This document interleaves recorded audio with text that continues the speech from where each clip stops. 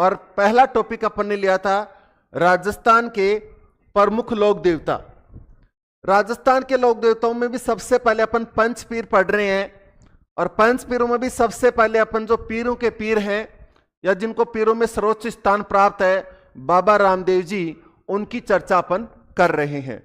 बाबा रामदेव जी की चर्चा अपन कर रहे थे, और कल वाली क्लास में अपन ने यहां तक देख लिया था कि बाबा रामदेव जी को पीरों के पीर की संज्ञा किसके द्वारा दी गई थी। बाबा रामदेव जी को पीरों की पीर की संज्ञा किसके द्वारा दी गई थी। तो लाडलो हमने देखा था कि मक्का या मदीना से आए हुए पंच पीरों के द्वारा बाबा रामदेव जी को क्या कहा था कि मैं तो पीर हाँ, आप तो पीरों के पीर हो। यहां तक कल अपने चर्चा कर ली थी। एक बार मैं थोड़ा सा बता देता हूं आपको। कल अपने बात की थी कि बाबा रामदेव जी के प्रमुख ग्रंथ कौन कौन से हैं। परम ग्रंथ में अपन ने देखे थे कि बाबा रामदेव जी के प्रमुख ग्रंथ में एक तो याद रखना आपको, रामदेव जी रा ब्यावला किसने लिखा था। तो मैंने बताया था रामदेव जी रा ब्यावला किसने लिखा था, पूनम चंद ने लिखा था।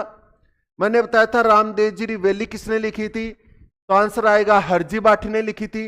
रामदेव चरित्र किसने लिखा था, रुद्र सिंह तोमर ने लिखा था। रामदेव प्रकाश किसने लिखा था, पुरोहित राम सिंह ने लिखा था। इसके अलावा दोस्तों अपन ने चर्चा की थी कि बाबा रामदेव जी के सहयोगी या रक्षक कौन कौन हैं। तो मैंने आपको बताए थे कि 3 सहयोगी या रक्षक है, रत्ना रायका है, लक्की बंजारा है, हरजी बाटी है। दोस्तों हरजी बाटी की 3 रचनाएं आपको ध्यान में रखनी है। गौ पुराण है, आगम पुराण है, भादवारी महिमा है। इसके अलावा मैंने चर्चा की थी कि बाबा रामदेव जी की प्रमुख जो शिष्या थी उनका नाम था दोस्तों आई माता, और आई माता जो है उनके द्वारा आई पंथ चला गया था। आई माता का जो मूल नाम था वो जीजीबाई था, और इनका जो मुख्य मंदिर है वो आपके बिलाड़ा जोधपुर में है। दोस्तों इनके बारे में कहा जाता है कि राजस्थान की एकमात्र ऐसी लोक देवी भी है जिनकी मंदिर की ज्योत से केसर टपकती है। वो एकमात्र देवी कौन सी आपकी, हाँ जी, कौन सी आपकी, आई माता। इसके अलावा मैंने मुंह बोली बहन या इनकी धर्म बहन थी डालीबाई, उनकी भी चर्चा की थी कि उनका नाम डालीबाई कैसे पड़ा था। ये सारी बातें कल यहां तक अपन ने देख ली थी। सभी को राधे राधे, सभी को जय श्री कृष्णा। एक बार सभी साथी क्लास को शेयर कर दीजिएगा। दोस्तों आप क्लास को शेयर करोगे तो ही मेरा जोश और दुगना होगा, और तभी मैं आपको वो चीज पढ़ा पाऊंगा जिसके लिए आप इस क्लास को देखने के लिए आते हो। तो ज्यादा से ज्यादा अपने साथियों को जोड़िए। ये ऐसी क्लास है जो आपको शायद ही कहीं और देखने को मिलेगी। तो मैं बार बार कह रहा हूं कि ऐसा मौका आपको बार बार नहीं मिलने वाला है। तो ज्यादा से ज्यादा दोस्तों को जोड़िए, और अपना जो परिवार है प्लस एकेडमी का, इसको सब्सक्राइब कर लीजिए। और भी क्लासेस जो आ रही हैं आपकी, मैथ्स की आ रही है, राजस्थान ज्योग्राफी की आ रही है, इंडियन ज्योग्राफी, इनको भी आप सपोर्ट कीजिए और इनको भी आप ज्यादा से ज्यादा शेयर कीजिए। ठीक है, अब चलते अपन चर्चा कर रहे थे। आज कल से आगे अपन बात करेंगे बाबा रामदेव जी से रिलेटेड। देखिए दोस्तों, बाबा रामदेव जी से रिलेटेड आज आगे की चर्चा अपन देखते हैं। बाबा रामदेव जी से रिलेटेड चर्चा में अपन देखते हैं कि बाबा रामदेव जी के समकालीन रहे थे। तो याद रखना बाबा रामदेव जी किन किन के समकालीन रहे थे। तो एक तो आपको ध्यान में रखना है, कई बार एग्जाम में क्वेश्चन दे देता है कि बाबा रामदेव जी किसके समकालीन रहे। तो इनके समकालीन एक तो आ जाएंगे आपके कौन से, हड़बूजी आ जाएंगे। कौन से आ जाएंगे साथियों, हड़बूजी, हड़बूजी, हड़बूजी सांखला। और एक आ जाएंगे आपके मल्लीनाथ जी, मल्लीनाथ जी। तो याद रखना रामदेव जी के समकालीन अगर कोई आपको पूछे तो हड़बूजी बताना है, और दूसरे देवता है कौन आपके, मल्लीनाथ जी। एक बार क्लास को शेयर करो भाई ज्यादा से ज्यादा। हाँ, सभी को राधे राधे, जय श्री कृष्णा, गुड इवनिंग। तो देखिएगा, अगर आपसे मैं बात करूं कि हड़बूजी और रामदेव जी का क्या संबंध था, तो दोस्तों हड़बूजी और रामदेव जी का संबंध है कि ये आपस में मौसेरे भाई है। क्या है लाडलो, मौसेरे भाई है। तो अगर आपसे एग्जाम में क्वेश्चन पूछ लिया जाए कि बताइए रामदेव जी के मौसेरे भाई कौन है? हड़बू जी हैं। कौन है भैया? आपके हड़बू जी हैं। इसके अलावा चर्चा करूं कि हड़बू जी और रामदेव जी, इन दोनों के गुरु भी आपको एक ही देखने को मिलेंगे। अगर आपको पूछा जाए कि बताइए रामदेव जी के गुरु का नाम क्या था और हड़बू जी के गुरु का नाम क्या था, तो लाडलो इनका एक ही नाम याद रखना आपको, बालीनाथ थे। कौन थे आपके? बालीनाथ। अगर आपसे पूछा जाए कि हड़बू जी के गुरु का नाम क्या था, तो आंसर आएगा बालीनाथ। अगर आपसे पूछा जाए कि बताइए मल्लीनाथ येश्वरी रामदेव जी के गुरु कौन थे? बालीनाथ। देखिए दोस्तों, हड़बू जी शुरुआत में देवता नहीं है। शुरुआत में ये क्या करते थे? अच्छे काम नहीं किया करते थे। ये चोरी डकैती या दंगा प्रसाद में ज्यादा साथ देते थे लोगों का। तो जब रामदेव जी से मुलाकात होती है, रामदेव जी बोलते हैं कि तो ऐसा काम क्यों करते हो तुम, ये जीवन बार बार नहीं मिलता है, तो इसका सदुपयोग करो। दोस्तों, रामदेव जी के कहने पर इन्होंने अपना जीवन मार्ग बदला और उसके बाद में इन्होंने अच्छे कर्म किए, जिसके कारण आगे जाकर क्या कहलाए? हड़बू जी भी आपके लोक देवता कहलाए। तो याद रखना, अगर मैं आपसे पूछूं कि रामदेव जी और हड़बू जी का संबंध क्या है, मौसेरे भाई के रूप में है, और इन दोनों का गुरु भी आपको ध्यान में रखना एक ही है, जिनका नाम आपका बालीनाथ। एक बार सभी साथी क्लास को शेयर करो भाई, आज बहुत कम संख्या है। हाँ, सभी साथी एक बार क्लास को शेयर करो कि क्लास स्टार्ट हो चुकी है। तो देखिएगा, इसके बाद में दोस्तों आपसे एग्जाम में क्वेश्चन मल्लीनाथ जी का पूछ सकता है। मल्लीनाथ जी से क्या याद रखना है आपको कि मल्लीनाथ जी से बाबा रामदेव जी ने एक क्षेत्र प्राप्त किया था। मल्लीनाथ जी से बाबा रामदेव जी ने कौन सा क्षेत्र प्राप्त किया था? आपका सातलमेर का क्षेत्र प्राप्त किया था। कौन सा प्राप्त किया था? सातलमेर। तो एग्जाम में क्वेश्चन दे सकता है कि बताइए सातलमेर क्षेत्र किसके द्वारा प्राप्त किया गया था मल्लीनाथ जी से? तो आंसर क्या आएगा आपका? बाबा रामदेव जी से। तो देखिएगा, अगर मैं बात करूं कि मल्लीनाथ जी और रामदेव जी का क्या संबंध है, तो इन दोनों का संबंध है कि दोनों एक ही जाति से बिलोंग करते हैं। ये भी राजपूत है और ये भी क्या है? आपके राजपूत ही है। ठीक है, तो देखिएगा रामदेव जी और मल्लीनाथ जी की मैं चर्चा करूं तो आपको एग्जाम में क्वेश्चन पूछेगा तो आपको क्या बताना है कि रामदेव जी ने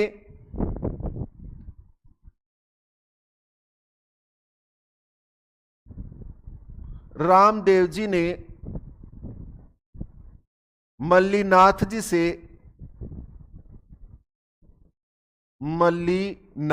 से सातलमेर का क्षेत्र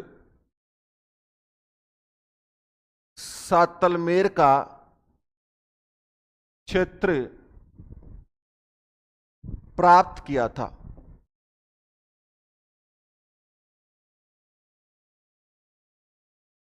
एवं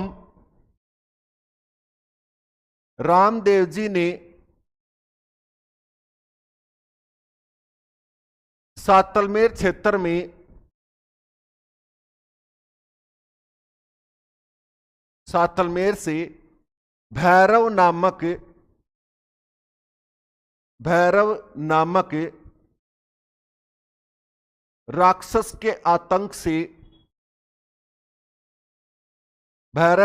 राक्षस के आतंक से इस क्षेत्र को मुक्त करवा दिया था।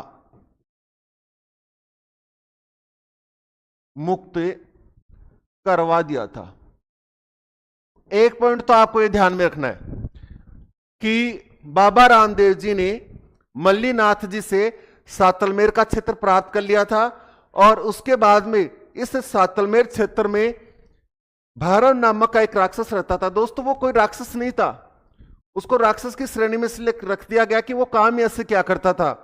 गायों को चुराना, गायों का मांस खाना, छोटे बच्चों को उठा ले जाना, ऐसे कार्य करने कारण समाज में उसको किसकी उपाधि दे दी गई? राक्षस की। तो बाबा रामदेव जी ने सातलमेर क्षेत्र में जो आतंक मचा रखा था इस भैरव नामक राक्षस ने, उनका वध करके यहाँ के लोगों को क्या करवाया था? उनके गलत आचरण से मुक्त करवाया था, या यूं कह सकते हो कि उनका जो आतंक था उससे मुक्त करवा दिया था। कौन से क्षेत्र को? आपके सातलमेर क्षेत्र को। हाँ जी, गुड इवनिंग सभी को। इसके बाद में क्या हुआ था लाडलो? और दूसरा पॉइंट अगर अपन बात करें तो इसके बाद में यहां पर इस सातलमेर क्षेत्र का नाम बदलकर बाबा रामदेव जी ने पोखरण नामक नया कस्बा के नाम से बसाया था। तो ये भी आपको ध्यान में रखना है भाई।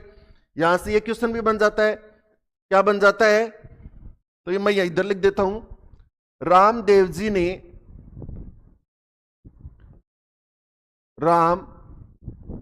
ने सातलमेर का नाम बदलकर पोखरण नामक नया कस्बा बसाया। कहने का मतलब सातलमेर क्षेत्र का नाम बदलकर बाबा रामदेव जी ने किस नाम से बसा दिया? पोखरण के नाम से बसा दिया। क्या बसा दिया लाडलो? पोखरण के नाम से। अब दोस्तों यहां पर एक बात और आपको ध्यान में रखनी है कि यहां पर बाबा रामदेव जी की भतीजी का विवाह होता है, और जब विवाह होता है इनकी भतीजी का, तो भतीजी बाबा रामदेव जी से कहने लग जाती है कि बाबू सा मैं पोखरण छोड़ के ना जावा, बाबू सा मैं पोखरण छोड़ के ना जावा। तो यहां पर बाबा रामदेव जी के सामने अभी एक अलग जो है नजर वो सामने आ जाती है कि अब ऐसा क्या काम किया जाए कि जैसे इसको पोखरण दिया जाए या मैं यहां से छोड़ के जाऊं, तो अलग ही व्यथा उत्पन्न हो जाती है। तो कहा जाता है कि दोस्तों बाबा रामदेव जी ने बहुत समझाया कि बेटी अगले घर जाती है, बेटी पराई होती है, लेकिन जो इनकी भतीजी थी वो बिल्कुल भी इस बात को नहीं मानती है। तो दोस्तों बाबा रामदेव जी ये कहते हैं कि हम तो बेटी के घर का पानी नहीं पीते, ससुराल में पानी नहीं पीते, तो हम रह कैसे सकते हैं बेटी के ससुराल में। तो कहा जाता है कि इसके बाद में बाबा रामदेव जी ने यह जो पोखरण कस्बा है या जो पोखरण जागीर है, यह दहेज के रूप में किसको दे दी गई थी? इनकी भतीजी को दी। तो याद रखना, पोखरण को दहेज के रूप में किसको दिया गया था? बाबा रामदेव जी ने अपनी भतीजी को दिया था। कई गाइडों में आपको या कई किताब में आपको यह भी देखने को मिलेगा कि बाबा रामदेव जी ने अपनी बहन को दहेज में दिया था। लेकिन दोस्तों प्रमाणिक जो बात है वो यही है कि बाबा रामदेव जी ने ये जो पोखरण का क्षेत्र है या ये जो पोखरण की जागीर है, दहेज के रूप में किसको दे दी थी आपके? तो याद रखना, अपनी भतीजी को दे दिया था, क्योंकि भतीजी यहां पोखरण को छोड़कर नहीं जाना चाहती थी। तो बाबा रामदेव जी ने कहा कि हम बेटी के ससुराल का पानी तक नहीं पीते, तो हम यहां रह कैसे सकते हैं। जी हां, सभी को गुड इवनिंग। एक बार क्लास को शेयर करो भाई सारे। उसके बाद में क्या हुआ कि यहां से बाबा रामदेव जी पोखरण का त्याग कर कर एक और नया कस्बा उठाते हैं, और जो नया कस्बा बसा रहे उसका नाम पड़ता है रूणीचा। और रूणीचा भी कहां पड़ता है लाडलो? जैसलमेर में। तो बाबा रामदेव जी ने यह पोखरण अपनी भतीजी को दहेज के रूप में दे दिया, और स्वयं जाकर कहां रहने लगे? रूणीचा, जैसलमेर में रह गए। दोस्तों कहा जाता है कि जब बेटी की विदाई होती है, तो बेटी की विदाई होता है तो पूरा परिवार रोता है, क्योंकि इतने दिन बेटी का लालन पालन करता है माता पिता भाई बहन का जो प्रेम रहता है, और जब वो ससुराल जाती है तो उस समय बेटी को अगले घर जाना ही होता है। हमारा रीति रिवाज है, और रीति रिवाजों को हमको बुनाना पड़ता है। तो दोस्तों जब बेटी घर से जाती है तो मेरे को एक गाना याद आ रहा है, और वो मैं आपको सुना रहा हूं कि बेटी की विदाई पर कौन सा गाना गाया जाता है, तो वो मैं आपको सुना रहा हूं। तो आप ज्यादा से ज्यादा संख्या में स्टूडेंट्स को जोड़िए। तो देखिएगा, जब बेटी की विदाई होती है तो एक गाना याद आता है, वो मैं आपको सुना रहा हूं। बाबुल का घर छोड़ के बेटी पिया के घर चली, ये कैसी घड़ी आई है, मिलन है जुदाई है, ये कैसी घड़ी आई है, मिलन है जुदाई है। तो जब ये गाना चलता है ना दोस्तों, तो पूरा परिवार की आंखों में आंसू आते हैं। तो बेटी ऐसे ही पराई नहीं होती, बहुत दिल पर पत्थर रखकर माता पिता बेटी को विदाई देते हैं। तो वही बात रामदेव जी के सामने आ रही थी। तो रामदेव जी ने कहा कि जा मेरी बहन, तू भी क्या याद रखेगी कि पोखरण तेरे को भाई ने दहेज में दिया था। तो याद रखना, आपको यह बात भी ध्यान में रखने में अगले स्लाइड पर लिख देता हूं, मैं यहीं पर लिख देता हूं नोट लगा के। ऐसा कैसा एग्जामिनर आपको पूछ लेगा कि रामदेव जी ने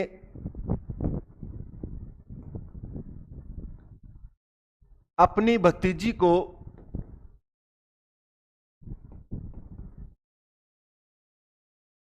दहेज के रूप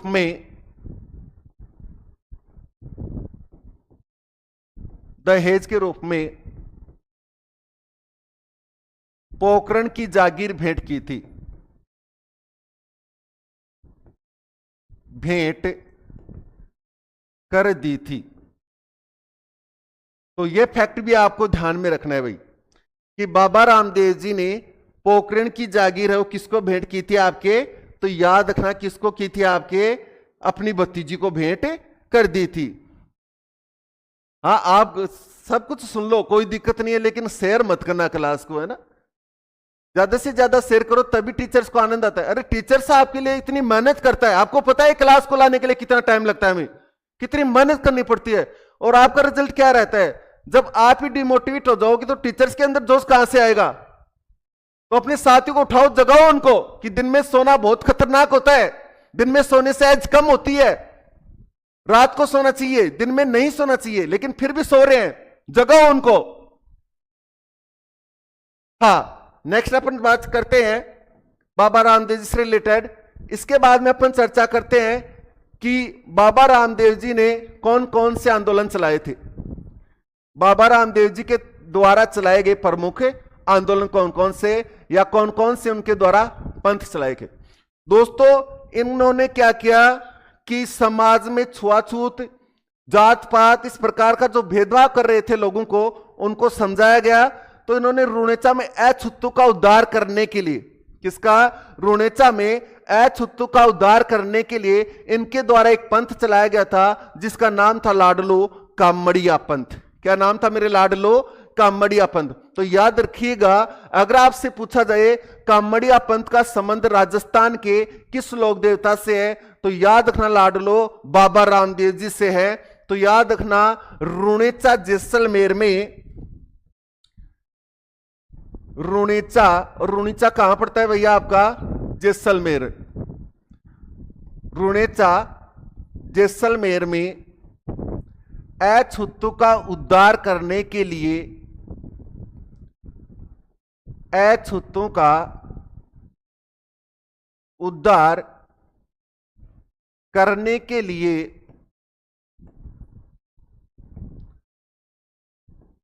रामदेव जी के द्वारा, रामदेव जी के द्वारा कामड़िया पंथ चलाया गया था। कामड़िया पंथ चलाया गया था। अगर आपको एग्जामिनर क्वेश्चन दे दे कि बताइए कामड़िया पंथ का संबंध राजस्थान में किस लोक देवता से है, तो याद रखना दोस्तों बाबा रामदेव जी से संबंधित है। इनके द्वारा अछूतों का उद्धार किया गया था और उसके लिए इनको कौन सा चलाना पड़ा था पंथ, कामड़िया पंथ।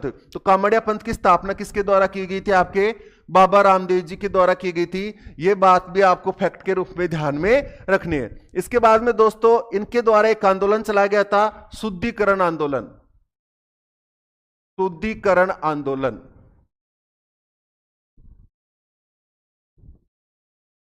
अगर एग्जाम में पूछ ले आपसे कि बताइए शुद्धिकरण आंदोलन के प्रवर्तक कौन थे,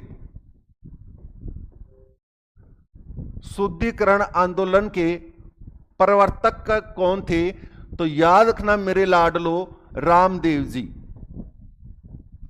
क्यों चलाया गया था, तो जबरन हिंदू से मुसलमान जो बनाए गए थे लोग, उनको फिर से मुस्लिम से हिंदू बनाने का काम किसके द्वारा किया गया था, आपके बाबा रामदेव जी के द्वारा किया गया था। और इसके लिए उनके द्वारा कौन सा आंदोलन चलाया गया था, शुद्धिकरण आंदोलन चलाया गया था। अरे कौन सा आंदोलन चलाया गया था रे, अरे शुद्धिकरण आंदोलन चलाया गया था। अरे किसके द्वारा चलाया गया रे, अरे बाबा रामदेव जी के द्वारा चलाया गया।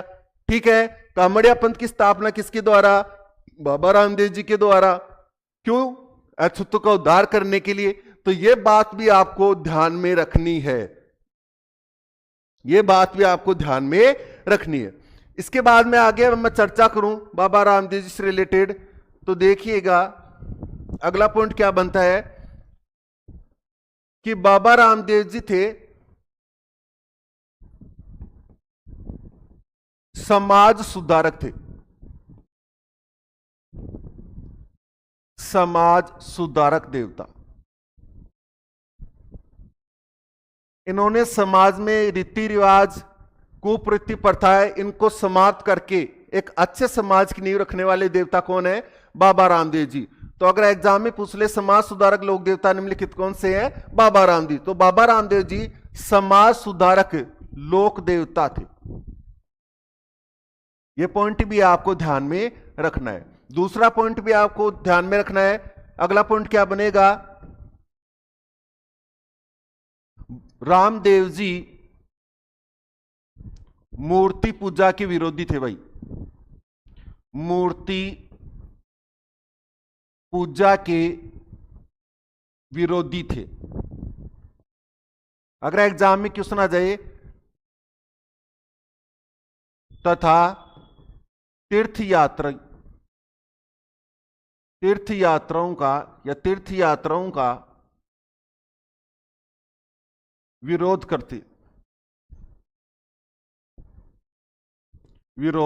किया था, यह भी आपको ध्यान में रखना है। इसी कारण दोस्तों इनके मंदिर में मूर्ति नहीं होती है। बाबा रामदेव जी के मंदिर में याद रखना, बाबा रामदेव जी के मंदिर में मूर्ति नहीं होती है, बल्कि इनके प्रतीक चिन्ह जो होता है मेरे लाडलो, पगल्या होता है, और पगल्या की ही क्या की जाती है? आपके पूजा की जाती है। हाँ शेयर मत करो तुम, है ना। मैं बता रहा हूं, आप चाहे पूरे यूट्यूब पे चले जाना, कहीं भी चले जाना, आपको ऐसा खतरनाक कंटेंट कोई नहीं देने वाला। फ्री में कोई नहीं पढ़ाता मेरे भाई, फ्री में कोई भी इतना अच्छा कंटेंट नहीं देगा। और वो अच्छा कंटेंट देगा तो वो आगे क्या पढ़ाएगा, उसकी ये दिक्कत हो जाती है। लेकिन मैं आपको इतना शानदार कंटेंट दूंगा, आगे इससे भी खतरनाक कंटेंट आएगा, लेकिन वो तभी आएगा जब आपकी संख्या जुड़ेगी। आज 6-7 लोग देख रहे हो, मैं चाहता हूं कि आज तो 50+ ये संख्या होनी चाहिए थी, है ना। तो क्लास को शेयर करो भाई। रामदेव जी किसके विरोधी थे भाई? मूर्ति पूजा और तीर्थ यात्राओं के विरोध किया करते थे।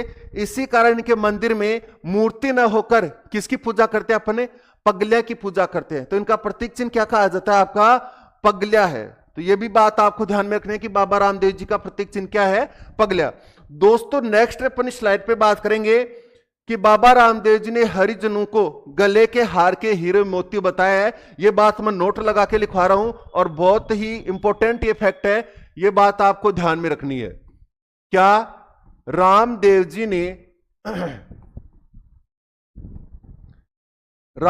जी ने हरिजनों को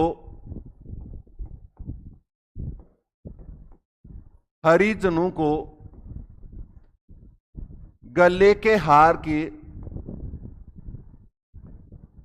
हार के हीरे मोती बताया है? हीरे मोती बताया है।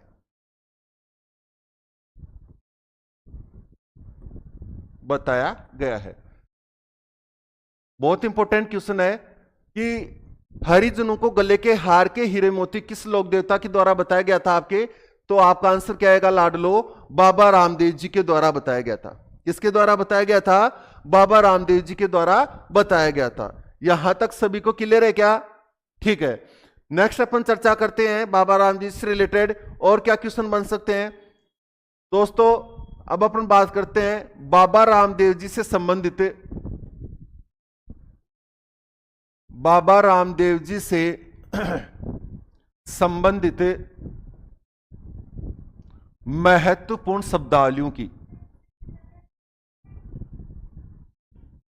महत्वपूर्ण शब्दावली। जैसे आपने सुना होगा कि बताइए बाबा रामदेव जी का प्रतीक चिन्ह क्या है? तो पहला पॉइंट तो क्या बताना आपको? प्रतीक चिन्ह। शब्दावली में पहला पॉइंट तो क्या याद रखना आपको? प्रतीक चिन्ह क्या है बाबा रामदेव जी का? तो याद रखना पगल्या। पगल्या कि बाबा रामदेव जी के मंदिर में इनकी मूर्ति न होकर इनकी किसकी पूजा की जाती है? पगल्या की पूजा की जाती है। पद चिन्ह जिनको अपन बोलते हैं। आप कभी भी बाबा रामदेव जी के मंदिर में जाओगे तो पद चिन्ह ही आपको देखने को मिलेंगे। तो कहने का मतलब पद चिन्हों की पूजा क्यों करते हैं? क्योंकि ये मूर्ति पूजा के विरोधी थे। इन्होंने तीर्थ यात्राओं का क्या किया था? विरोध किया था। इसी कारण हम किसकी पूजा करते हैं? पगल्या की पूजा करते हैं। ठीक है। इसके बाद में अगर और शब्दावली की अपन चर्चा करें, बाबा रामदेव जी के भजनों को क्या कहा जाता है?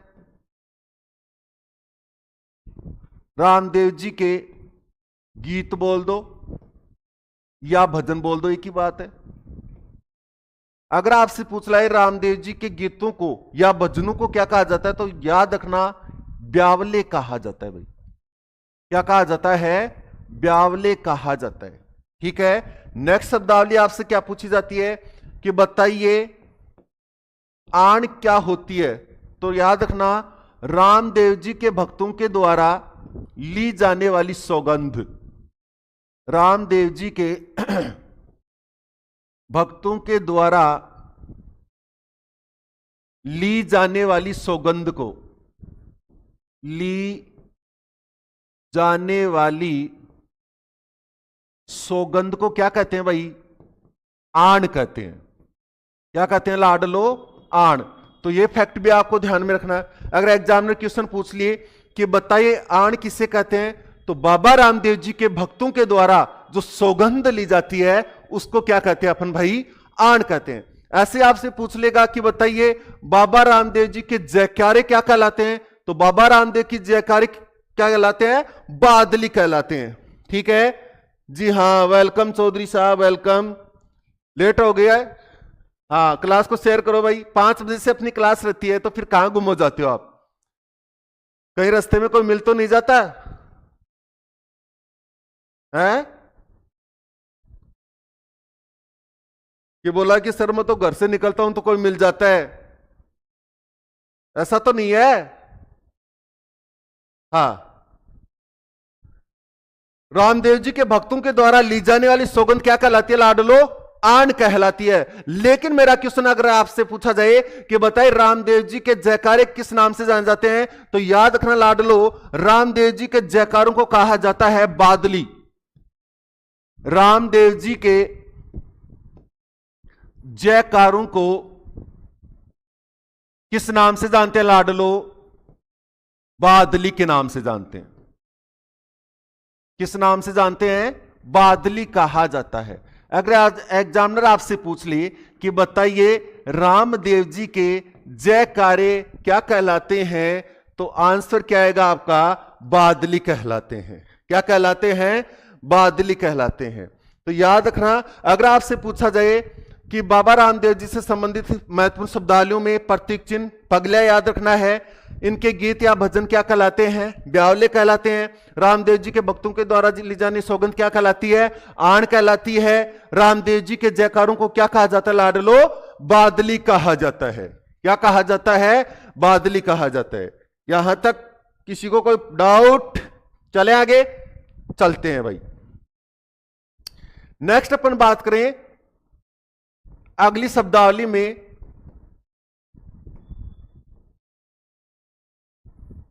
रामदेव जी के भक्तों के द्वारा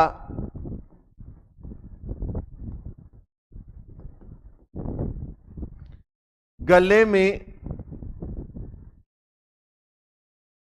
बांधे जाने वाला धागा किस नाम से जाना जाता है? यह एग्जाम में क्वेश्चन भी आया था भाई। रामदेव जी के भक्तों के द्वारा गले में धारण किया जाने वाला धागा किस नाम से जाना जाता है? तो याद रखना लाडलो, उसको अपन कहते हैं पात्री। क्या कहते हैं मेरे लाडलो? पात्री कहते हैं, या दूसरे रूपन बोल सकते हैं फुल्लड़ी कहते हैं। क्या कहते हैं? पात्री या फुल्लड़ी कहते हैं। ठीक है। नेक्स्ट शब्दावली की चर्चा करूं मैं दोस्तों, तो अगली शब्दावली क्या है आपकी? कि बताइए रामदेव जी के जागरण को क्या कहा जाता है? रामदेव जी के जागरण को क्या जाता है लौडलो? जम्मा, या कई जगह पर आपने देखा होगा इसको जम्मो भी कहा जाता है। मैंने कल भी एक बात बताई थी, सबके सब घोड़े लीले ही होते हैं, सभी झंडे नेजा ही होते हैं, वैसे यहां पर भी जागरण सबके सब जम्मो ही कहलाते हैं। लेकिन मैं बार बार बात कर रहा हूं कि आरपीएससी है वो आरपीएससी विशेष तौर से बाबा रामदेव जी के लिए क्वेश्चन निकाल देती है। तो इनके रात्रि जागरण को क्या कहा जाता है? जम्मो या जम्मा। इसके बाद में अगली शब्दावली देखना, रामदेव जी के साधारण यात्री क्या कहलाते हैं? साधारण यात्री या यात्री क्या कहलाते हैं? तो इनको कहते हैं अपन जातरू। क्या कहते हैं लाडलो? जातरू। नेक्स्ट शब्दावली देखिएगा, रामदेव जी के मेघवाल जाति के भक्तों को क्या कहा जाता है? रामदेव जी के मेघवाल जाति के भक्तों को क्या कहा जाता है? तो याद रखना मेरे लाडलो, रिखिया कहा जाता है। क्या कहा जाता है भाई? रिखिया। अपने बात की थी कि जो डालीबाई थी ये कौन सी जाति की थी? मेघवाल जाति की। कौन सी जाति की लाडलो? मेघवाल जाति की। पोखरन कपड़े का घोड़ा परिषद। हाँ जी, अभी आएंगे, आपके सारे डाउट क्लियर हो जाएंगे। तो याद रखिएगा, सभी को गुड इवनिंग, राधे राधे, जय श्री कृष्णा। क्लास को शेयर करो ज्यादा से ज्यादा। आपके अंदर मोटिवेशन होना चाहिए। आपके अंदर क्या होना चाहिए? मोटिवेशन होना चाहिए। और मोटिवेशन क्या है आपका? कि टूट गया तो क्या फिर से जुड़ जाऊंगा, टूट गया तो क्या फिर से जुड़ जाऊंगा, पंख नहीं तो क्या हौसलों से उड़ जाऊंगा। तो दोस्तों, आपको उड़ने के लिए पंखों की जरूरत नहीं है। आपको सिलेक्शन लेने के लिए केवल आपके अंदर हौसला होना चाहिए, जुनून होना चाहिए। आपके अंदर वो जुनून होना चाहिए कि हां मैं ये कर सकता हूं। अगर आपके अंदर जुनून है कुछ कर पाने का, तो ये आप अपनी सफलता की सीढ़ी अर्जित कर सकते हो। दुनिया आपको बहुत सारे मैसेज करती है, लेकिन उन मैसेज का कोई मतलब नहीं निकलता जब तक आप अपने अंतरात्मा को नहीं जगाओगे कि मैं क्या कर रहा हूं, मेरा उद्देश्य क्या है, मुझे क्या करना है, तब तक आप सफल नहीं हो पाओगे। तो अपने अंदर की आत्मा को जगाओ कि मैं कौन हूं, क्या हूं और मेरे को क्या करना है, मेरा क्या फ्यूचर है। फिर देखो आपके अंदर कैसी ऊर्जा बढ़ती है। अपने आप अंदर से जोश आएगा कि हां मैं इस एग्जाम को क्लियर कर दूंगा, मेरे अंदर इतना कॉन्फिडेंस है। लेकिन वो कॉन्फिडेंस कब आएगा? जब आप अपने अंदर आत्मा को जगाओगे। तो जागो ग्राहक जागो। एक बार बोलो रामसा पीर की जय। तो देखिएगा, रामदेव जी के मेघवाल जाति के भक्तों को किस नाम से जानते हैं? अपने रिखिया के नाम से जानते हैं। किसके नाम से जानते हैं मेरे लाडलो? रिखिया के नाम से जानते हैं। नेक्स्ट दाली की अपन चर्चा करें। रामदेव जी की 5 रंगों की ध्वजा को क्या कहा जाता है? रामदेव जी की 5 रंगों की ध्वजा को क्या कहा जाता है लाडलो? नेजा कहा जाता है। क्या कहा जाता है आपका? नेजा कहा जाता है। इसके बाद में बात करें दोस्तों, अगली शब्दावली में बात करूं तो याद रखना, राजस्थान के लोक देवताओं में सबसे लंबा लोकगीत, सबसे लंबा लोकगीत किसका है मेरे लाडलो? बाबा रामदेव जी का है। रामदेव जी का है। अगर आपको एग्जामिनर क्वेश्चन दे दे कि बताइए राजस्थान के लोक देवताओं में सबसे लंबा लोकगीत किस लोक देवता का है, तो आपका आंसर क्या आएगा? बाबा रामदेव जी का है। किसका है भाई? बाबा रामदेव जी का है। इसके बाद में मैं बात करूं कि लोक देवियों में सबसे लंबा लोकगीत किसका है? तो याद रखना लाडलो, लोक देवियों में आ जाएगा आपका जीर्ण माता का। जब अपना चैप्टर चलेगा लोक देवियां, तब अपन वहां पर इसकी चर्चा करेंगे। ठीक है, तो ये थी बाबा रामदेव जी से संबंधित महत्वपूर्ण शब्दावली जिनकी अपन यहां चर्चा कर रहे हैं। अब दोस्तों आपके सामने बात आती है कि बाबा रामदेव जी के प्रमुख मंदिर कौन कौन से हैं और ये मंदिर कहां कहां पर स्थित है। ठीक है, इनकी चर्चा अपन करते हैं। तो अगली पॉइंट देखिएगा, रामदेव जी के प्रमुख मंदिर। बाबा रामदेव जी के प्रमुख मंदिर, प्रमुख मंदिर।